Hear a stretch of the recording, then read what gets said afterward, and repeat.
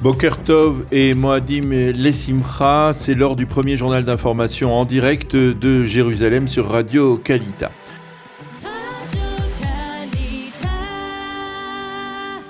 Et nous commencerons ce journal par les derniers développements politiques et par les efforts en vue de la formation d'une nouvelle coalition gouvernementale.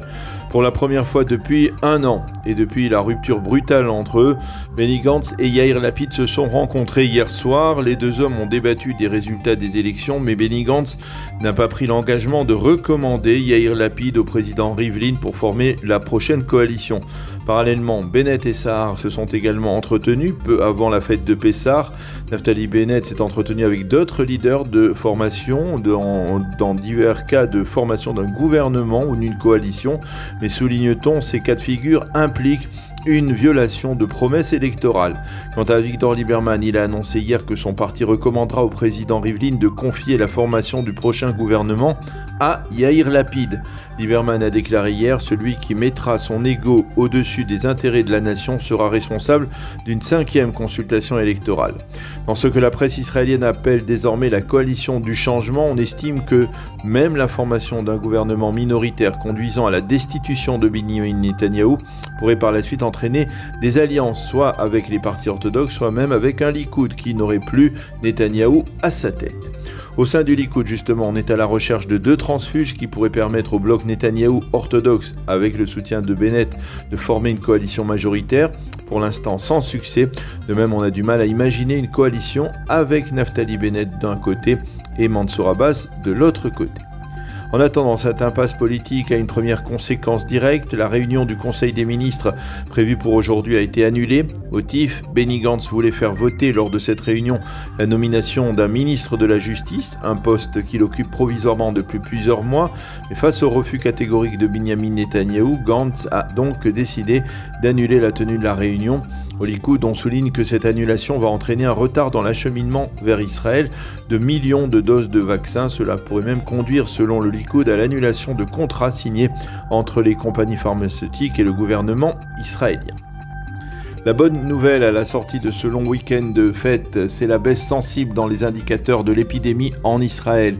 Et sachez que depuis la fin de la semaine dernière, il n'y a plus en Israël de ville ou de localité rouge.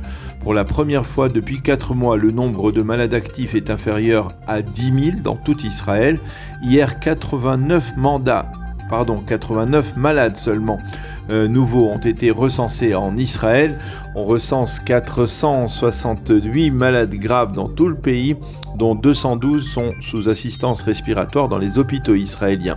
Au ministère de la Santé, on affirme que si cette tendance à la baisse du taux de morbidité se poursuit, on pourrait annoncer à la fin du port du masque à l'extérieur au lendemain des fêtes de Pessah. Malheureusement, la seule donnée qui augmente, c'est le nombre de décès et l'on recense 6185 décès en Israël depuis le début de l'épidémie, et ce alors que la France s'apprête, elle, à franchir le terrible seuil des 100 000 décès. Et l'une des conséquences de la baisse des indices du coronavirus, c'est l'ouverture à partir d'aujourd'hui du poste de passage de Taba vers le Sinaï aux Israéliens. C'est la première fois que le poste frontière ouvre depuis un an, mais seulement 300 Israéliens vaccinés seront autorisés à pénétrer dans le Sinaï.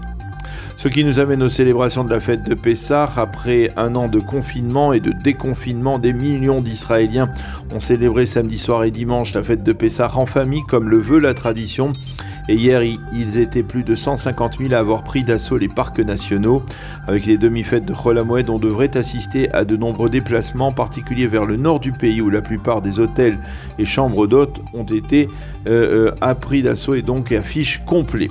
À noter, c'est ce matin et demain que se déroulera la traditionnelle Birkat Kohanim devant le mur occidental à Jérusalem. Et puis pour terminer ce journal, un mot de sport. La sélection israélienne de football n'a pas pu faire mieux qu'un match nul hier soir sur son terrain de Bloomfield à Tel Aviv face à l'équipe d'Écosse en éliminatoire de la Coupe du Monde. Après son échec jeudi soir dernier face au Danemark 2-0, ses chances de participer à la phase finale au Qatar sont d'ores et déjà quasiment inexistantes. La météo pour terminer, il fera aujourd'hui un temps ensoleillé avec une hausse des températures. Il fera aujourd'hui 16 degrés à Jérusalem, 19 à Tel Aviv et 25 degrés à Eilat. C'est la fin de ce premier journal d'information.